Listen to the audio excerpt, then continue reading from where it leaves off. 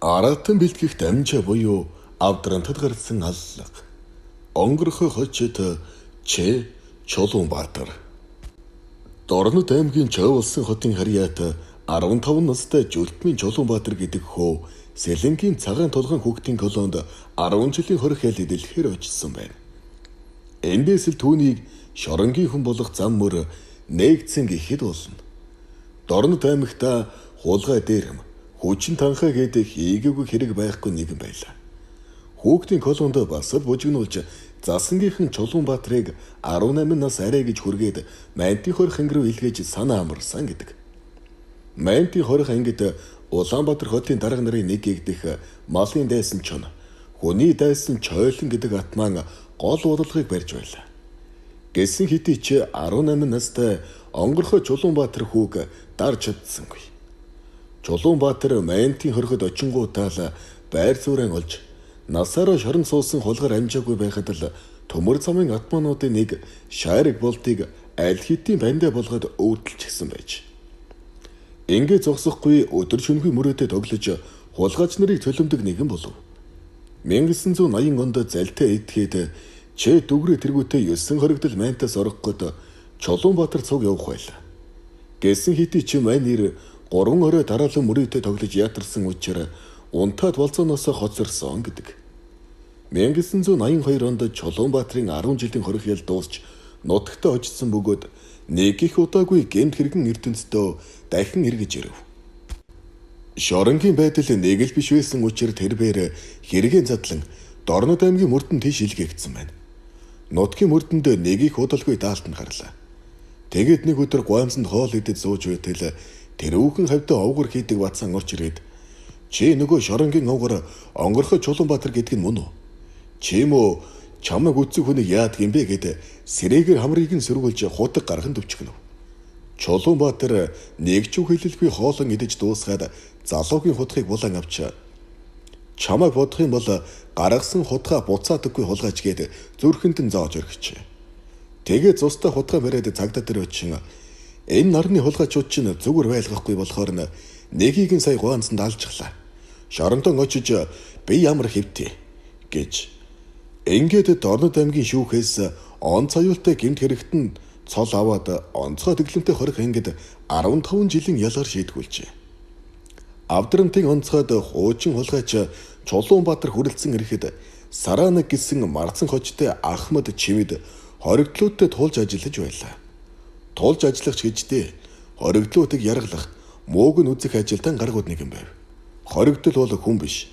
Тэднийг алж удахгүй доромжилж, утааж зодож болно гэсэн үзлийг илэрхийлдэг нэгэн байлаа. Чулуунбаатарт гарын урд үйг бурхан харамгүй хайрлажээ. Тийм ч учраас засангийн албан хаагчид түүгээр эд зүйл өдөр шөнөгүй хийлэгдэг байлаа. Нэг удаа хорихын дарга нь Чулуунбаатараар чулуун шатар хийлгээд 5 шөнө нойргүй хоноолжээ. Арай гэж дуусгаад унтаж байтал Саранаг Чимэд өрөөнд нь орж ирээд өшиглэн сэрэж "Хөөе хулгайч, чамайг нэг өхрийн өн хүрдэг чинжаал хийдэг гэж сонслоо. Маргааш гэхэд 2 чинжаал хий" гэхэд Чулуунбаатар "Би өгөж байсан чи төрийн нэрээр хулгайчийн мах цусаар хоололсон чамд худах хийж өгөхгүй. Тэглээгээд муу яргачин чи надад ял өгөхгүй мэдээж. Чи бид хоёр бүх насаараа энэ шоронгийн тав болно" гэж хэлж өргөжээ. Саранаг Чимэд ийм үг сонссондоо давхын цочиж гүйн гараад хоригдлуудыг тоон цуулгалаа. 100 гаруй хологроод тоон цуусны дараа Ахмад Чимэд "Би энэ халахын том шоронд бүдүү нараа том цагуу хоёроос өөр хүлээн зөвшөөрөгдсөн атмаа мэдхгүй. Гэтэл банд лалран мэддэхгүй онгорхой Чулуунбаатар өөдөөс томорлоо. Хэн гэдгийг нь мэдрүүлээд өгье гэд хулгайч нарын өмнө бороор хотон цус нүжтэй нь холж өргөв. Зөвхөн зодоодож оргисангүй. Хулгайч нарт хүртэл шургаж доош хийхийг чармааж байлаа. Чулуунбаатар чимдэд их хорсон зүгээр байхад зүгээр хатгаад байвал зөрүүлээд лом орхатгана. Саранаг чамд сарынаас үлдээгүйдээ хэмээн эт занах болжээ. Цаадах нь өөрийн эрх мэдэлдээ ирэмшин Чулуунбаатарыг үгээрээ байлгах гэж яргалсаар байлаа. Тэрээр харуулын байраар дамжин ажил гарах болгондоо буу зэвсэг хадгалдаг сэпний түлхүүрийг баримжаалан хийгээд авсан байна. 3 өргөстэй түлхүүр хийж хармаалаад эгзэгтэй цагийг хүлээж байлаа. ээлжин ахлагч Бацүх ажилтай хаанга архин дуртай Чулуунбаатарын ол золох байжээ. Тэрбээр ажил тарах үед жирийн өрөөгөр нь орвол Бацүхийн харц элт сэргэн "Оо, хуучин хулгар ороод ирдэг юм шүү. Өчигдөр хотоос найзууд ирээд шүнжин савсан чинь дотор эвгүй байна. Чи хөө энэ хаалгаараа сууж бай. Би газ гихч нь морь харчгаад ирийгээд өмдөө тайлах нь холгүй хүн одлоо. Чулуунбаатар энэ боломжийг яаж алдах вүлээ дээ? Баримжаагаар хийсэн дүлхүүрээ бууны сефний цоожинд хийвэл жагхан эргэж онгойхон дэр. Чулуунбаатар 12 томтой Макаров буу дайцтай навч өөртлөөд хэнэггүй царайлан сууж байлаа. Ахлагч Бацүх давцгаас олжчихсан маадгаар орж ирээд "Чи хөө гарчгүйгээд хойд айлуудаас найрка аваад ир. Дотроо застдаг эргээгээд 1000 төгрөг өглөө. Шоронгийн хаалга инхүү өөрөө онгоогоод ирхэн дэр. Чулуунбаатар нөгөө айлаас найрка авч жалхан цуугаад зайлгаж оргилоо. Тэгээд нөгөө өшөөтөн чимдийн бодийг хөдөлгөхөөр цонхонд орно очжээ. Дэгтэл чимэд 5 настай охиноо эрхлүүлээд тунчиг ад жаргалтай сууж байгаа харагдлаа. Цонхоор нь шууд буудах бололцоо бүрэн дүүрэн байвч 5 настай охины жаргалтай инээд мөсчиг хүйтэн сэтгэлдээ гэмт хэрэгтнийг өөрийн эрэхгүй уяргаж орхижээ. Яагаад чимбэ өөрийнх нь охин санагдаж тэр чигээрээ Улаанбаатар хотын зүг гараад эсгэрч. Уул жалга дамжин алгасаар атрын саа өнгөрөөд явж явтал ганц гэр харагдсан байна. Яваад ортол жаргарсан эмхэн ганцаараа сууж байлаа. Чулуунбаатар оруутаал "За эмээ, дүүн авдрамтын онцгой дэглэмтэй хорих ангиас оргож явна. Та ямар нэг муу зүйл хийхгүй. Та гүйж яваа морь оргож яваа эр хүн хоёр тусалдаг хуучны үгийг санаж надад хоолцойгоор туслаач гээд 1000 төгрөг эмгэнд барьжээ. Эмгэн эби хөөрхийг урсгаж хоолцоо хийж өглөө. Чулуунбаатар ч ээж чигээ хөвшөнд бүхий л зовлон жаргалан ярьж сайхан хоолцойгоор хөлсөн гартал дайлуулв. Тэгээд гарахдаа удахгүй танаа энэ үгээр эрлийнхэн ирэх байх. Та үүгээр хүн яваагүй гэж хэлээрэй. Сайхан сэтгэлд буурай таны ачийг мартахгүй гээд дахин 1000 төгрөг бурхан дээр нь тавиад гарчээ. Чулуунбаатар хоолунд идэж уулсандаа тэнгэрийн хот явах зам бараадан алхаж явлаа. Үүр тэмтэрхийн алдад буун дуунаар зочин зэрвэл тусгаагийнхан бараан дурс болгоно буу бижигнүүлэн хажуугаар нь ороод ирхэн дэр. Азар тусгаагийнхан Чулуунбаатарыг анзааралгүй өнгөрлөө. Тэгээд алхаж явтал зээл 130 машинтай 3 нэр уулын бэлд харагдаж байгаатай тааралдав. Чулуунбаатар шууд буудуулхан машиныг нь дээрэндээд хот руу тавьхан отлоо. Харин нөгөө эмгэн өглөө нь эрлийнхнийг амдан уулзаж гэмт идэхэд гэрт нь ирээд явсан. Аль жалгаар явсны хүртэл нэгнийгэнгүй мэдээлсэн байгаа юм да. Чулуунбаатар хотод орж ирэн 5 настай охин хань жилтэд өнгөж уулзаад байтал тусгаагийнхан хаалга үүдийг нь цөм өшөглөн буу бичгнүүлэн орж ирсэн байна. Ингээ тэрбээр гартай гавтай хөлөндөө дөнгөтэй авдрамтад эргэж ирэв. Тэрбээр ийм амархан баригдсандаа өшөөтөн чимдийг хороо чадаагүй дээ. Эмгэнд идхэн элдэв зовлонгоо ярьсандаа ундууцаж цаглахад байгаа хулгаруудад энэ удаа тун даруухан оргож баригдаад хон шиг баригдаад эргээд ирлээ. Дахиад явахдаа би хон шиг номхон явахгүй. Чадлынхаа хэрээр том хэрэг мандаа шүү дээ гэж шүдэн хаврын үгүүлж байлаа. Тухайн үед энэ залууг зогсоо хан хэрэмгэж үнэхээр байхгүй мэт сэтгэгдэл хуучин хулгууруудад төрж байв. Ингээд оргодол Чулуунбаатар Төв аймгийн шүүхээс 18 жилийн хорих ял авч 2 жилийг нь гяндан сувхаар шийтгүүлжээ. Ийхүү хонгорхой хожид Чулуунбаатар анхны дүүлэнд орголтон хийсэн юм. Энэ орголтоос хойш сараанаг жимэд эхэд ухаажин хулгайч нарыг яргалгаа болон арай сахил хүрдчихсэнгүй. Чулуунбаатар гянданд сэлэнгийн шарын голын харьяата нандтын төр тогтхыг бандаа болгосон байлаа. Чулуунбаатарын хувьд гяндад очсон хэдийч засангийнхан элдв худаг шатар сэлбэр хийлэг нь хэвээрээ байв. Тэрээр энэ хооронд сэлэмшиг 2 жинжаал аль хэдийн өөртөө хийгээд авчихсан байж. Үүнээс гадна гяндангийн хойгуудын аригдах нь хэрэгс хитэрч байв. Бүр хоригдлуудаас мөнгө нэхэх зээлэх нэрээр авч харагддаг болов. Яс цуужинд байгаа хоригдлууд тэдний согтуурхыг орой болгон сонсно. Заримдаа гяндангийн хоригдлуудж гэлсэн хянагч нараас шаг авч уудаг байлаа. 1996 оны 1-р сарын 4-ний өглөө өвгөн хуйг, ахлагч Бата, ахлагч Авраг, дээд ахлагч Оросцоо хүү нар 24 цаг яндан цагдан манахаар үүрэг хүлээн авлаа. Яс цоочонд хоригдож байгаа хулгуурууд бол хуйгуудад сонин биш. Тэдэнд ар гэрийн амжиргаал юунаас чухал. Хорихын анги албан хаагчдынхаа цалин тавьж өгч чадахгүйтэй хурж гисэн байсан үе болохоор ямар нэгэн ёс бус зүйлд хариуцлага тооцох гэхээр хуйгуудад арга нарийнхан өөдөөс цалингаа нэхэж байдیں۔ Өвгөн хуйг Бата 30 жил шорон мансан архаг гар. Шорон манах дуртай дал хинхиглэж суугаа юм. Хоригдол зодохгүй бол унтаж чадхаа болчихсон залуухан хуйг Авраг. Ярагчин Батагаас ялтан хэрхэн тамлах аргыг гаргуу зэн суралцаж байлаа. Орос хүүгийн хөвд бол хоёгийн албан тушаалыг хүлээж аваад дөнгөж 14 хүн хонож байлаа. Төр засаг хоригдол байдгаа цэцэрлэгийн хүүхдээ хооллож чадхан байсан хүнд хэцүү цаг үе учир хүн алж хүрээ талсан гинт хэрэгтнүүд турж хүзхээж ил байвал хоёгуудад ун цунна. Ээлж ахалж байгаа Бата Ялтан Чулуунбаатрыг камераас нь гаргаж өөрийн тухалдаг өрөөндөө авчирч гэрийнхэн хаалганы цоочийг янзлуулж эрх мэдлэн буруугаар ашиглан зантаж Орос хүүгийн айл руу найркаг гүйлгэв. Төөдүүдэлгүй найркаж ирж аврагтайгаа нийлэн найрлан согтгийг харж суусан Чулуунбаатар сэтгэл дотроо би энэ л мөчөд эс чадан хүлээ цуусан юм шүү дээ. Та гурав хэдхэн цагийн дараа миний өмнө сөхөрч суугаад өчүүхэн амийг минь өршөөгээд өвхөл алдан гуйх болно. Би Гяндангийн хамгийн харгас хэрцгий хойгууд та нарыг дураараа дарчлан зовоодог хулгууруудынхаа гарт гутамшигтайгаар өгөхийг харуулах болно гэж шүдэ 100 өөртөө хэлж байлаа. Ийхүү Чулуунбаатрын дотор аимшиг төлөвлөгөө хэрэгжихэд бэлэн болсон байв. Тэм учраас ахлагч Батагийн цоожийг удаан засахыг хичээж байв. Төөдүүдэлгүй Орос хүүгийн олж ирсэн найркад дуусч шүлэнгдсэн Бата отоо ганц юм хусчих юм бол сайхан болох гээд байна. Яаж сэтгэхгүй гэд нөгөө хоёроо шаналгаж гарав. Энэ л үед Чулуунбаатар хуучин хулгарын дүр эсгэж Бата ахлагчаа надтай зүг нэг камерт хоригдож байгаа нандтын төр тогтох ар гэрээсэн хэдэн хоногийн өмнө эргэлт авсан.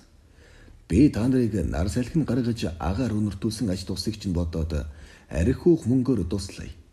Төр тогтохыг камераас нь гаргаад эргэж хэллээ. Өвгөн хуйг Бата учиргүй их урамшин хуучин хулгуурууд шоронд орохоор амиан аваад галаасалж яхдаг гэдэг ч аргагүй үнэн үг юм да. Манай чуук хуучин хулгаж гэлсэндээ мөнгөтэй байна шүү гэд согтуурхан дултраатав. Орос хүү төр тогтохыг камеранаас нь гарган хойгуудын байрладаг өрөөнд авчирлаа. Чулуунбаатар төр тогтоход хандан миний дүү ахта 4000 төгрөг өгч. Манай хойгуудад мөнгөний хэрэг гараад байна. Чи бидэн шиг яс цоож нь хоригдож суугаа хүмүүс хойгуудад л тус болно. Хоригдлуудад хүнжилгуудаас тавьж өгтөл ахтайгаан дулаан өрөөнд миний цоож янзлахыг хараад сууж бай гэж жүжиглэв. Тэгээд төр тогтохоос 4000 төгрөг авч өвгөн хуйг Батад өглөө. Бата хамт арх уусан аврагд хандан чи гэртээ очиод ялах биетэй ихтрэн эргэжгээд замааран арх авчираад дараа нь сөвлөгч мөөнөг дагуулan хурдхан шиг хүрээдэр. Би энэ хооронд Орос хүү цэвэрлэгч лавгсүрэн хоёртой хамжаад хоригдлуудыг хүнжил гудсыг нь тавьж өгчгөөд намд загаад сууж бай гэж хэлээд аврагыг явуулаад үлдэв. Өвгөн хуйг Бата тэнэгдүү Орос хүү хоёрыг Ялтан Чулуунбаатар лавгсүрэн төр тогтох нар тэр дор нь хүлж хавсран орхив. Тэгээд Чулуунбаатар Орос хүүг бууны жадар цээжин тус газар нь жадлан гадуур хувцсыг нь тайлан аваад гаднаас орж ирэх ахлагч Авраг, совлогч мөөнө хоёрыг одон хүлээлээ. Авраг гартаа 2 шил архиа барьчихсан өрөөнд орж ирээд л байдал биш болсныг ойлгоод сандран арагшаа ухартал Чулуунбаатар Аврагыг замдан барьж аваад яраг чин овш байна. Чиний амьд юу хоногийн чин тоо энэ чинөөр зэв тавигдж байна. Та нар үйлэн эдлэн зовж байгаа хулгууруудыг ар гэрээс нь ирсэн мөнгийг нь өөрсдийнхөө юм шиг хэрэгэлдэг үсттэй. Ингээд дураараа авч байгаарэ гэж хэлээд төр тогтохоор аврагын толгой дээгүүр күүртэг нөмрүүлж байгаад зээжиндүүс газар нь 10 гаруй удаа жадлан хороолоо.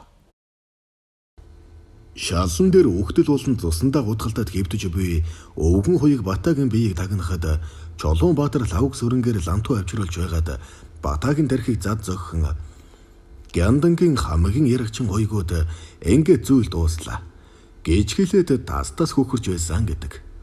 Өрөөндөө орж халаадан өмсө зогсож байсан совилогч мөөнөд лавгсүрэн гар буу дуулган гаран өрг гэж хэлэхэд мөөнөө үл тоож чи битгий тоглоод байгаарэ. Би хідэн ялтанд хурдхан шиг тариа хийчгээд хайрч амрыг. Гээчгэлээд эргээд гартал Чулуунбаатар цуснд бялгсан жад гартан адагчсан зогсож байхан дээр. Тэрбээр мөнөө миний дүү ухаантай байгаарэ. Ахын чиний нөхрийг хүндлээд чамааг ямарч байсан амьд үлдээн.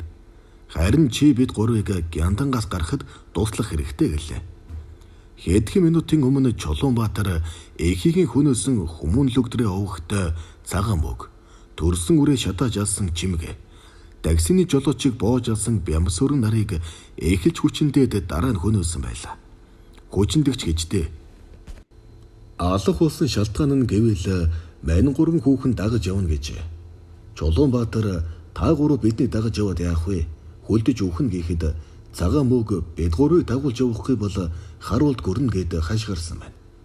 Харуулын цэрэг эмэгтэй хүний хашгирахыг сонссон хэдий ч Гяндангийн баруун хойд талын айлуудад гэрбэл задалтаж байна хэмээн андууран сонссон байлаа. Чулуунбаатар төр тогтох лавгсүрэн гурав хүүхнүүдийг олон удаа жадлан хороож. Үүний дараагаар Чулуунбаатар насаар хорих ялтан галахаар өрөөнийх нь хаалгыг эвдэх гэсэн ч барсангүй. Чулуунбаатар совилогч мөөнөд хандан чи шалхан нэвтрүүлэх байраар сэжиг авахгүйгээр бидний гаргах хэрэгтэй гэлээ. Тэгээд нөгөө гурван орогдол хөнөөсөн хянагч нарынхан хувцсыг өмсөөд мөөнөд буу тулхан авч гарав. Ийхүү хорихын төв шалган дээр хурж ирвэл насаараа хорих манаж гидсэнд ичээсэн цогоо гүнчин гэдэг хоёр хянагч ямар ч сэжиг авалгүй өрөөнийхэн хаалгыг тайллаа. Совилогч мөөнөхийн араас хянагч нарын хувцас өмссөн хоригдлуудыг хараад давхын зочхон дээр. Чулуунбаатар тэр хоёрт аака дуулган та хоёр нэг л илүү хөдөлгөөн хийвэл нам буудна шүү гэхэд төр тогтох. Чуука энэ хоёртой дэмий имэрж цаг бараад яах вэ? Шууд л буудчих уу гэв. Чулуунбаатар энэ муу хоёртой насаараа шорон цог үтэлж байна. Надад хийсэн гин байхгүй л дээ гэлээ. Хянагч цогоо Чулуунбаатар би чамаас амьд үлдээгэж гэж гуй байхгүй. Мань мэтийг алж хэрэг дээр хэрэг нэмээд яах вэ гэхэд Чулуунбаатар та хоёр амьд үлдээ гэж бодож байгаа бол өөрсдийнхөө хөлөх уян аваад иргэлээ. Ингээд хоёр өвгөн хянагч бусдын гарт биш ертөнцийн чамар өөд болох хөв заяатай үлдэв. Шоронгийн хашаанаас орогдлуудыг гаргахад оршуулганы ажилд оролцоод буцах гэж яваа машинтай хэдэн хүн төлөв шаваа зогсож байгаатай халз таарлаа. Тэднийг тэр доорн буу тулхан барьцаалж Улаанбаатар хотыг чиглэн явсан боловч хоригдлууд жаргалан туулын бэлд машина засан цуулгаж орхилоо. Энэ үед Монголын телевиз радиогоор 1996 оны 1-р сарын 4-өөс 5 жилжих шөнө Төв аймгийн Лүм сувын Авдран тосгонд байрлах 2403 дугаар ангийн Гяндангаас Дорнод аймгийн Харьяат онгорхой хочид жолтөм овогтой Чулуунбаатар Наандтын төр тогтох Шар хочтой бансрагчин лавгсүрэн нарын 3 хоригдол бүлэглэн орхлоо. Онц аюултай гэмт хэрэгтнүүд 6 хүний амь насыг онц хэрцгийгээр хөнөөгөөд тус тосгонд оршуулганы ажилд оролцоод буцах гэж байсан хэсэг хүмүүсийг машинтай барьцааж зэвсэглэн жаргалан туулыг чиглэн зугтаасан байна гэсэн мэдээлэл орон даяар цацагдж ард түмний сэтгэл санааг хэрдгэлгэв. Ийхүү унтаж байсан Монголын цагдаа дүргэн авч Улаанбаатар хотын бүх анги нэгтгэлүүд Төв аймаг Эрдэнэт булган өвөр хангай сэлэнгийн цагдаагаас гадна тагнуул элитийн тусгай хүчин гэх мэт хүчний байгууллагуудын 700 гаруй ажилтан албан хаагчид 3 орогдлын араас хөдөллөө. 3 хоригдол жаргалан дуулын бэлд барьцааж явсан хүмүүсээс улсан буцаалаа. Тэдгээр хүмүүсийг архин халамжсан төр тогтох хөнөөх сонирхолтой байсан ч Чулуунбаатар утга учиргүй гэмгүй иргэдийг хөнөөхгүй.